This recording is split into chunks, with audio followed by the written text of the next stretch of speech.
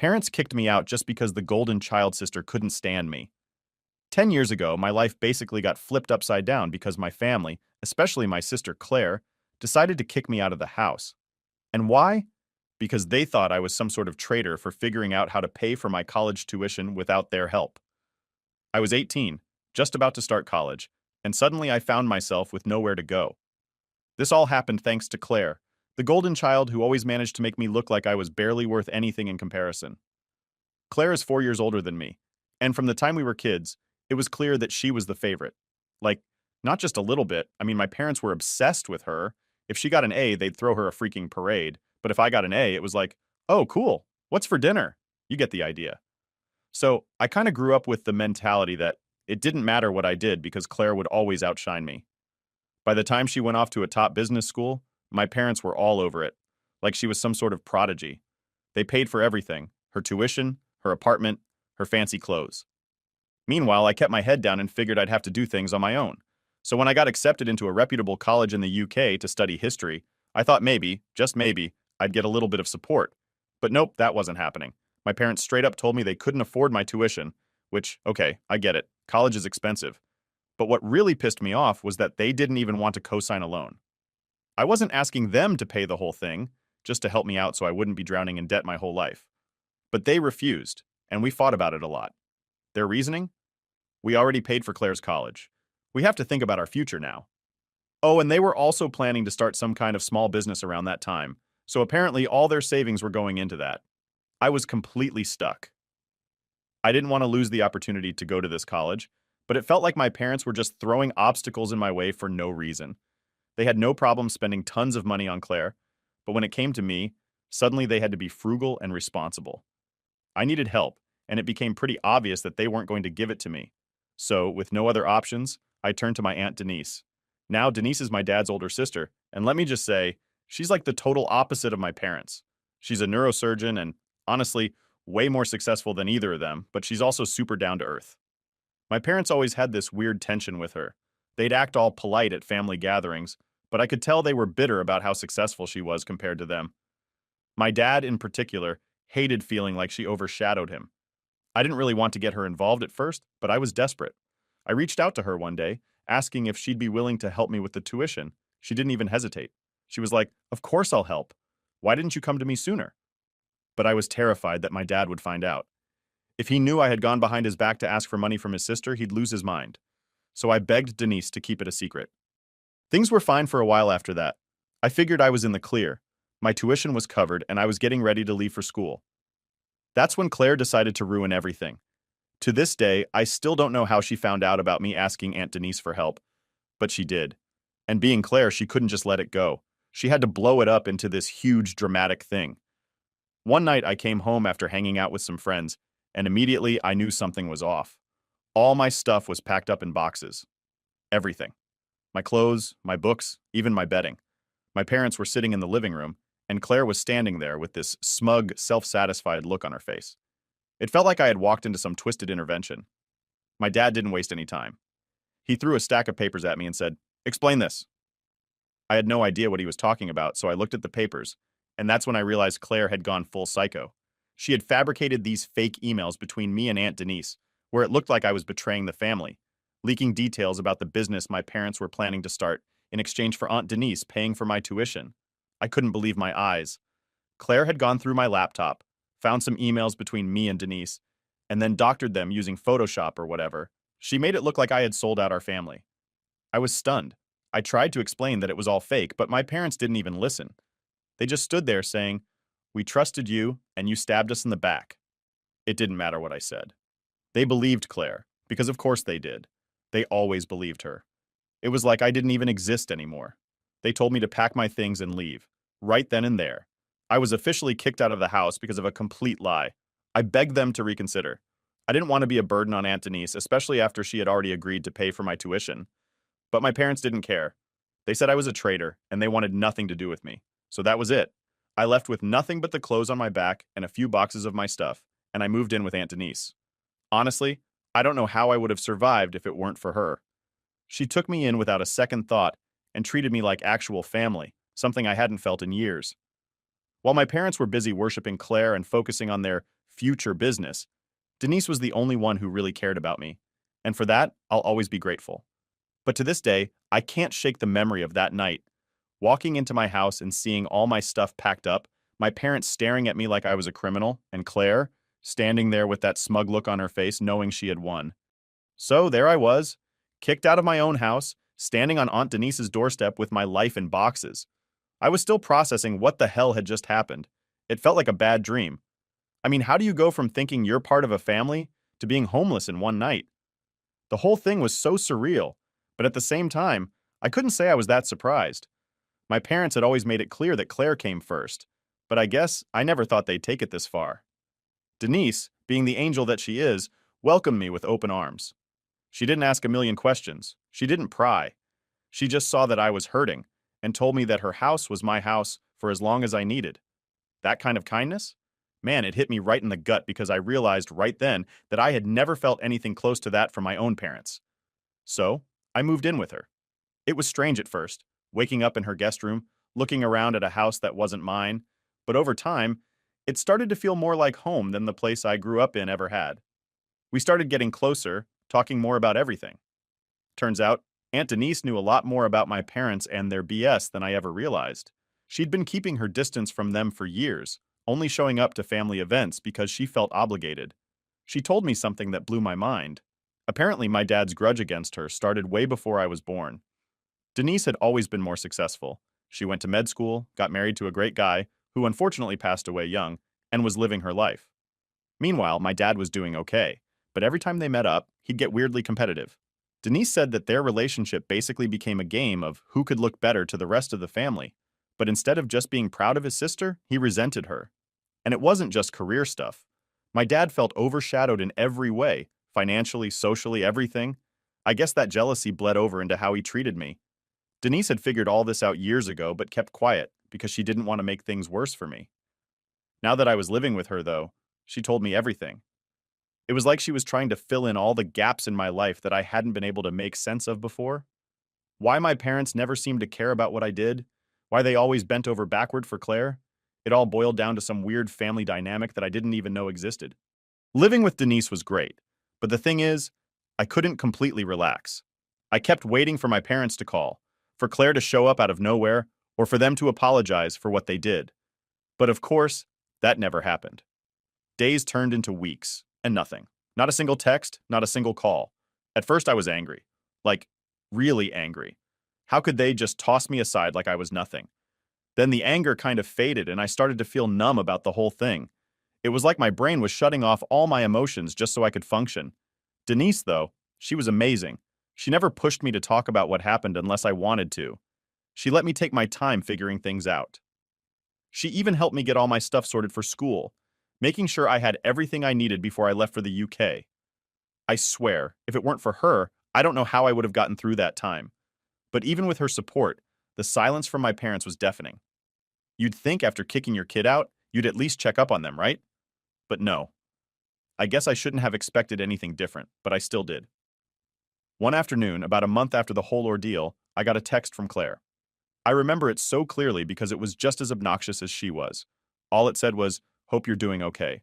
By the way, don't leave your laptop lying around." That was it. No apology, no acknowledgement of what she had done. Just a little smirk in text form, reminding me that she was the one who got me thrown out. I stared at the screen, feeling my blood boil. She was taunting me, plain and simple. I didn't respond. What was the point? Claire wasn't the type to feel guilty about anything. In her mind, she had won some weird family game, and that was that. I thought about texting back something snarky, but I knew it wouldn't make a difference. She'd just get off on it. So I blocked her number and tried to move on. It wasn't easy. Every time I looked at my phone, part of me was still waiting for something from my parents. Maybe a message from my mom, saying she regretted everything, or even a passive-aggressive email from my dad, pretending like nothing happened.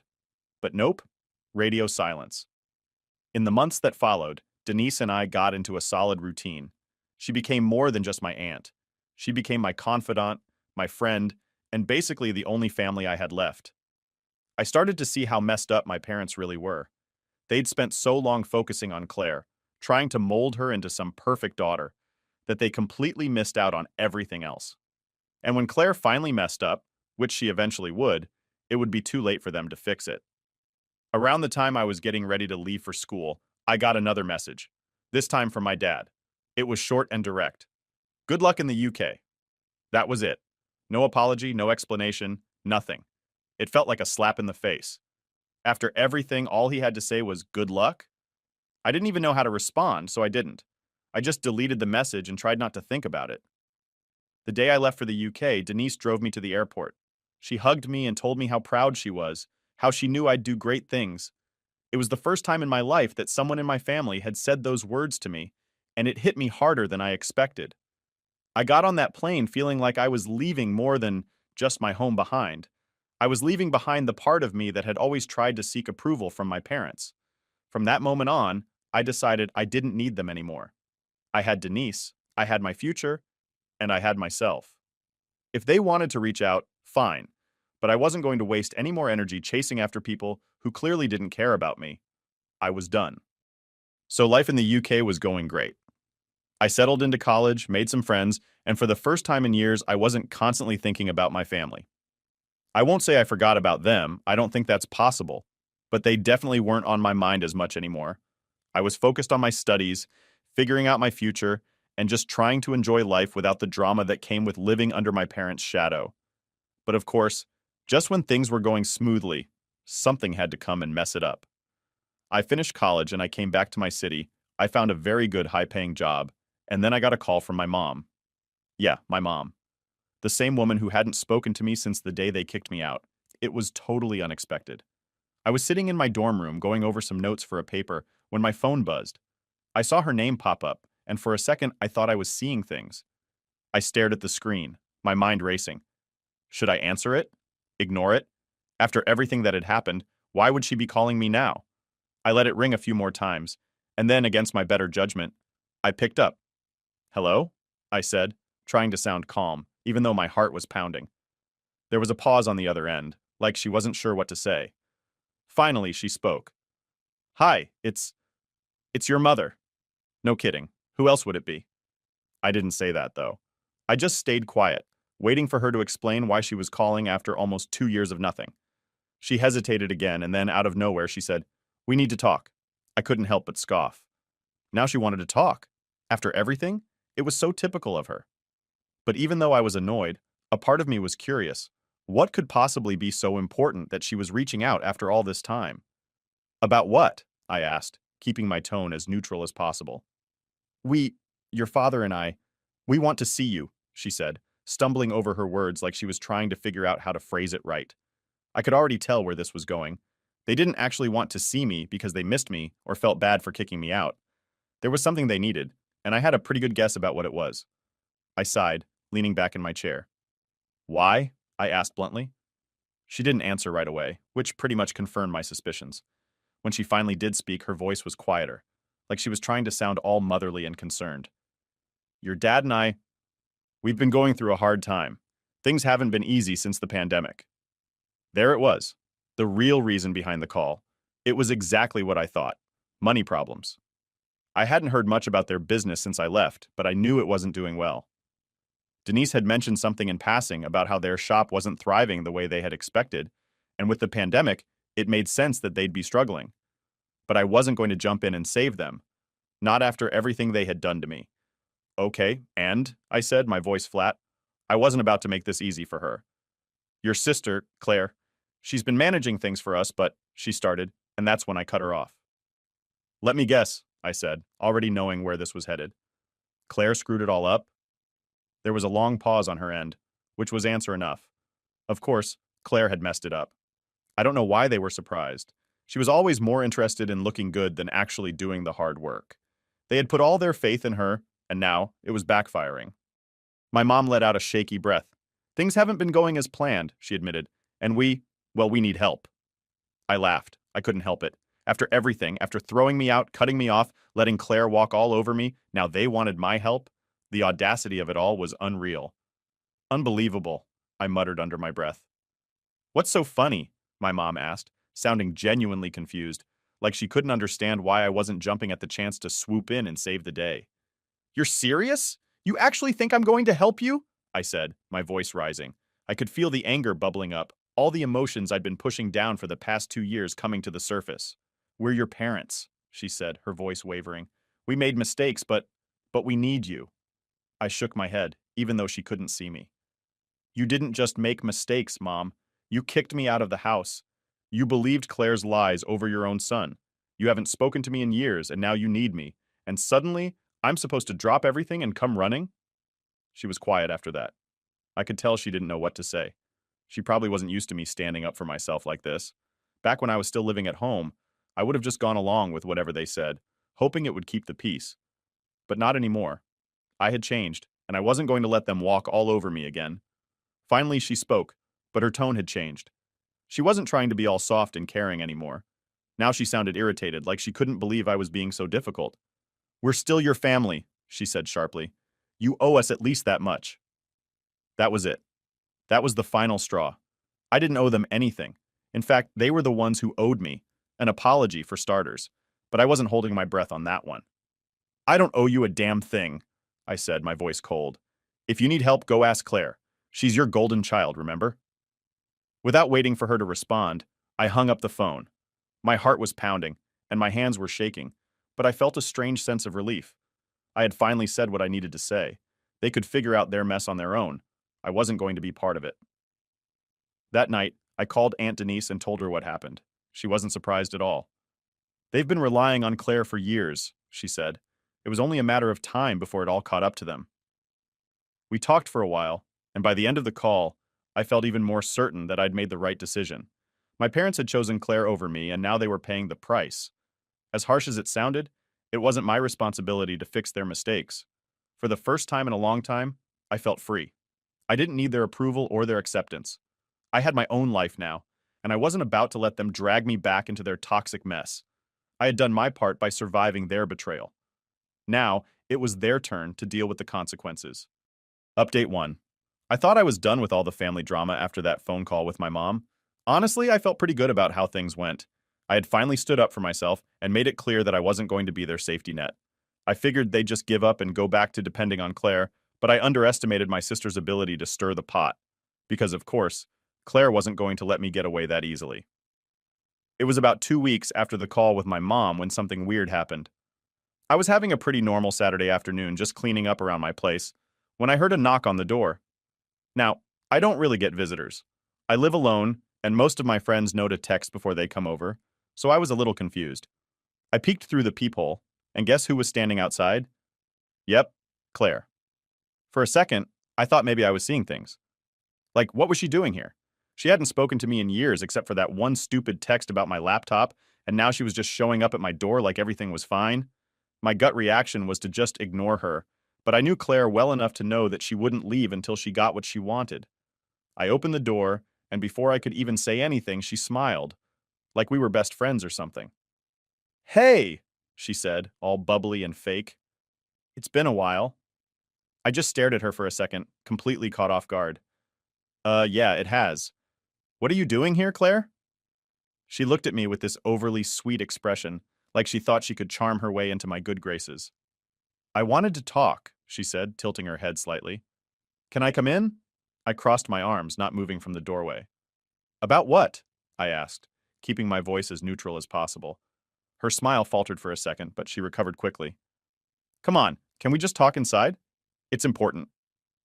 I should have said no. I should have just told her to leave right then and there. But my curiosity got the better of me.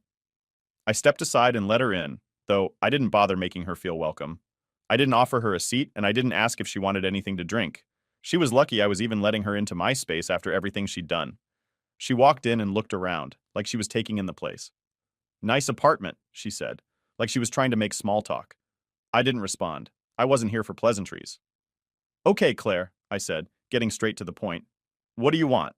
She sighed dramatically, like she was already exhausted from whatever game she was playing. "Mom told me about your conversation," she said, folding her arms. "She's pretty upset, you know." I raised an eyebrow. "Upset? She kicked me out of the house, Claire. What exactly does she have to be upset about?" Claire rolled her eyes, like I was the one being unreasonable. "Look, I'm not here to rehash all that. We both know you've always been difficult." I almost laughed at how casually she said that. "Difficult?" I repeated. "Are you serious right now? You fabricated emails to get me kicked out of the house. That's difficult. She waved her hand dismissively. That's ancient history. I came here because I want to make things right. I blinked, unsure if I'd heard her correctly. You want to make things right? I asked, skepticism dripping from every word. Yeah, she said, nodding like this was the most reasonable thing in the world. I know things got complicated with the family, and maybe I overreacted back then, but I think it's time to put all that behind us. I couldn't believe what I was hearing.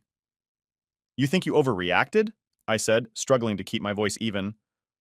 Claire, you destroyed my relationship with our parents. You lied about me, manipulated them, and now you're standing here like none of that matters anymore. Her smile faded a little, and I could see that she was getting frustrated. I didn't come here to argue, okay? I came because I need your help. Ah, there it was. The real reason she was standing in my apartment. Of course, Claire wasn't here to apologize or to make amends. She needed something from me. I felt my jaw clench as I stared at her, waiting for her to continue. I've been trying to keep the business going, she said, finally dropping the fake sweetness. But it's been really hard. The pandemic hit us pretty badly, and I'm doing everything I can, but it's not enough. Mom and Dad don't want to admit it, but we're on the verge of losing everything. I crossed my arms, not feeling an ounce of sympathy. So, let me guess, you want me to help bail you out? Claire shifted uncomfortably. I'm not asking for a handout, she said defensively. I just thought we could, I don't know, figure something out together. You're doing well for yourself, right? I figured you'd want to help the family. I couldn't believe her.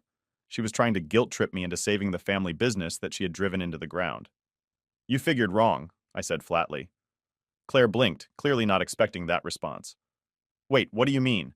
I mean, I'm not helping you, I said, my voice firm. Not after everything you did. You ruined my life, Claire. You turned my own parents against me. And now that you're in trouble, you think I'm just going to forget all of that and swoop in to save you? No.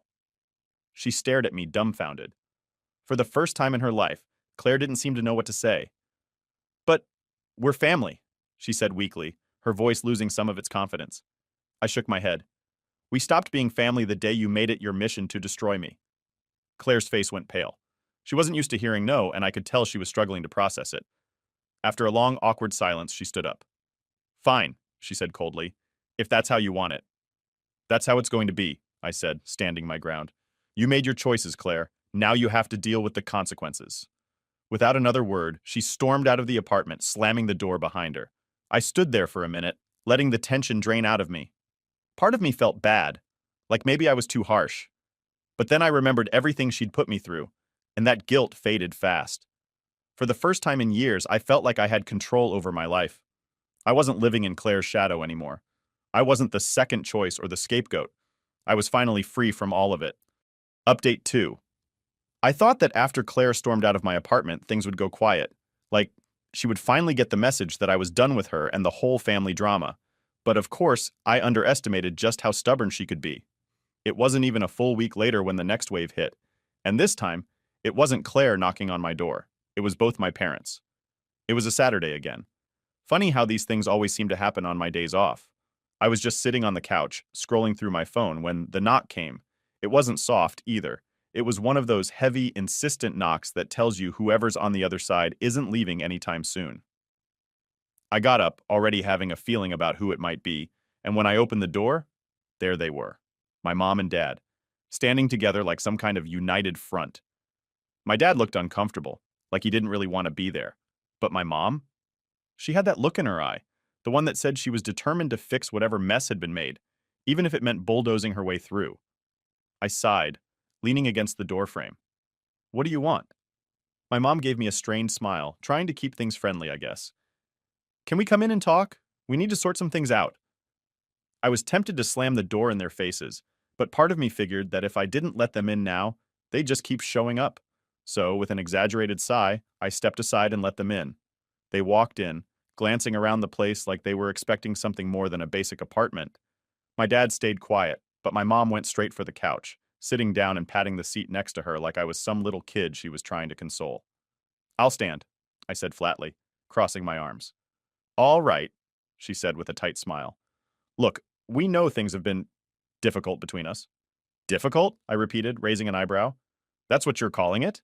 My dad finally spoke up, his voice low and gruff. We didn't come here to argue. Then what did you come here for? I asked, not even bothering to hide my frustration. Because I'm pretty sure we've already been over everything. Claire tried, you tried, and I made myself clear. I'm not helping. My mom's smile wavered a little. She probably wasn't used to me talking back like this. That's not why we're here, she said, leaning forward slightly. We're here because we want to apologize. I almost laughed. Apologize? For what exactly? Kicking me out? Believing Claire's lies? Or was it that you didn't even bother checking in on me for 2 years? My mom's face tightened, and my dad shifted uncomfortably, looking like he wanted to be anywhere but here. It was clear they weren't expecting me to throw it back in their faces like that. We know we made mistakes, my mom said, her voice quieter now. But we're family, and family has to stick together. I could feel my patience wearing thin. This was just more of the same. Every time something went wrong, they'd pull out the family card like it was supposed to erase everything that happened. But I wasn't falling for it this time. You guys are only here because you need something from me, I said bluntly. If things hadn't gone south with the business, I wouldn't even be hearing from you. Let's not pretend this is about family. There was a moment of silence, and then my dad finally spoke up, his voice rough, but more honest than anything I'd heard from him in years. You're right. That caught me off guard. I blinked, staring at him. What? You're right, he repeated, sighing heavily. We screwed up. We believed Claire, we pushed you out, and we didn't even think twice about it. And now, well, now things are falling apart and we're desperate. I didn't know what to say. I wasn't expecting him to actually admit it.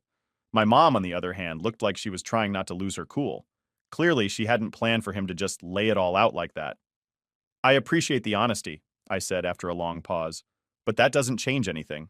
My mom cut in then, her voice sharper.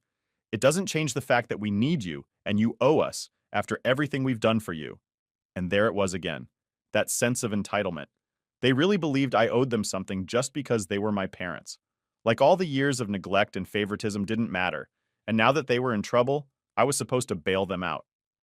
I don't owe you anything, I said, my voice cold. Not after the way you treated me. You made your choice when you believed Claire over me, when you threw me out and didn't even check if I was okay. Now you want me to save you? That's not how this works. My dad didn't say anything. He just sat there staring at the floor like he was ashamed. But my mom? She wasn't done yet. We're your parents, she said, her voice rising. We raised you, we took care of you, and now you're just going to abandon us? I shook my head, almost feeling sorry for her at this point. You didn't take care of me. Aunt Denise did. You chose Claire, and now you're stuck with her. That's on you. My mom looked like she was about to explode, but my dad put a hand on her arm, stopping her from saying whatever was about to come out of her mouth. He stood up, looking me in the eye for the first time since they walked in. We understand, he said, his voice steady but sad. We're not going to push you anymore. We just needed to try. For a second, I almost felt bad for him. But then I remembered everything they had put me through, and that sympathy disappeared. I hope you figure it out, I said, stepping toward the door and opening it for them. But I'm not going to be part of it. My dad nodded, like he'd expected that. My mom, though, gave me one last look, half angry, half pleading. But when she saw I wasn't budging, she stood up and followed him out. As they left, I closed the door behind them and stood there for a moment, letting the silence settle in. I'd done it. I had finally stood up to them, and for the first time it felt like I was really free.